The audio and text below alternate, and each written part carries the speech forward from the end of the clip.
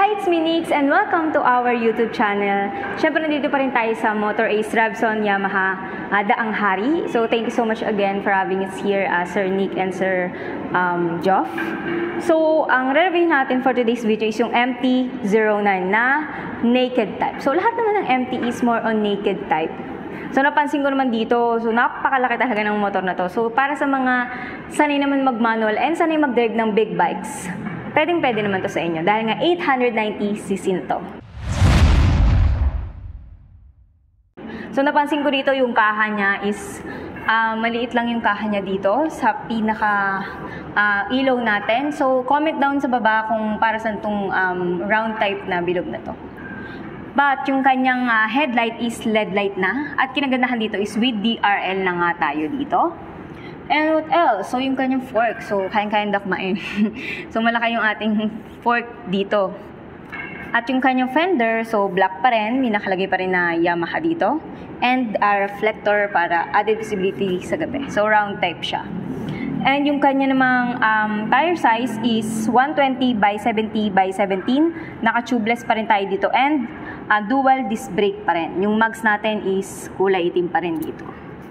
And pinapasin lang ako dito, kitang-kita yung radiator dito. So, sabi ko naka-inline 3 tayo dito. So, pakita ko lang sa inyo yung pinaka-inline 3 niya. Yan. So, naka-quick shift din tayo doon. What else? So, etong napansin ko rito, para sa mga mahilig mag-banking. Yan. So, ingat-ingat lang sa daan. Ito yung glide ninyo. So, makikita nyo kung sasagad na kayo sa banking, kaya meron tayo ditong protection na dito. Kita nyo, diba? And, what else? So, may nakalagay pa rin dito na Yamaha. And sa side naman natin is here. So, sa side profile natin, may nakalagay pa rin tayong CP3. And dahil nga naked type to, kitang-kita yung makina at especially yung ating suspension dito. So, kitang-kita nyo naman, di ba? And dito sa ating upuan, ang kinagandahan dito sa upuan, kahit big bike siya, hindi siya mahirap sakyan ng pillion ride natin. Kasi buo yung kanyang upuan dito and napaka-premium talaga ng material na ginamit dito sa ating seats. So, yan, kita nyo naman. At yung kanyang tangke.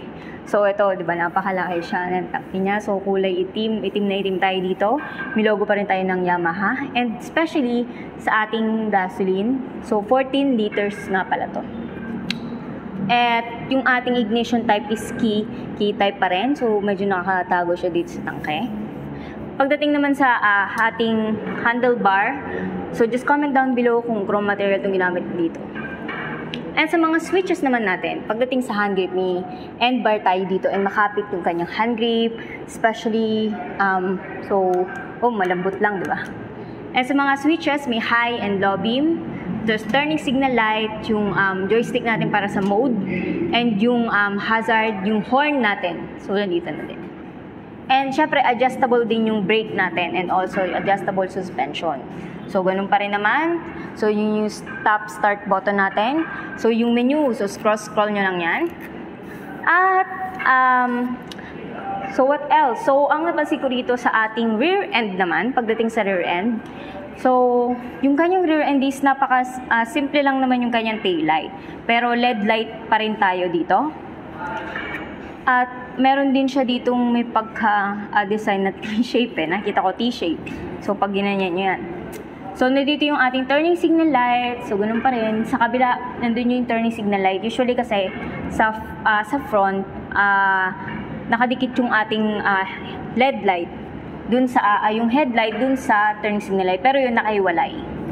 And meron din tayo ditong reflector added visibility sa gabi. Check mo lang kung may ilaw. So, meron tayo ditong plate light para dito sa ating plaka. So, para makita.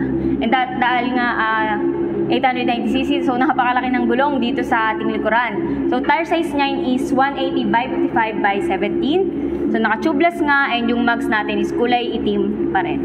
So, disc brake pa rin yan. At ito yung ating swing arm and naka-chain type pa rin tayo dito. So, yan. So, tapos ko nang reviewin itong ating MT-09.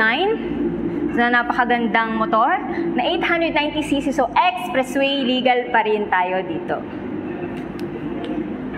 And if you want to visit here at Motor Ace Rebson, visit lang kayo para malaman niyo yung price. And yung price natin dito is nakalagay 659,000. So, visit lang kayo. Thank you so much once again, Motor Ace Rebson, Yamaha, Daang Hari, for having us here. And don't forget to subscribe to our YouTube channel, Motomo, and Facebook and TikTok. So, see you on our next videos. Bye!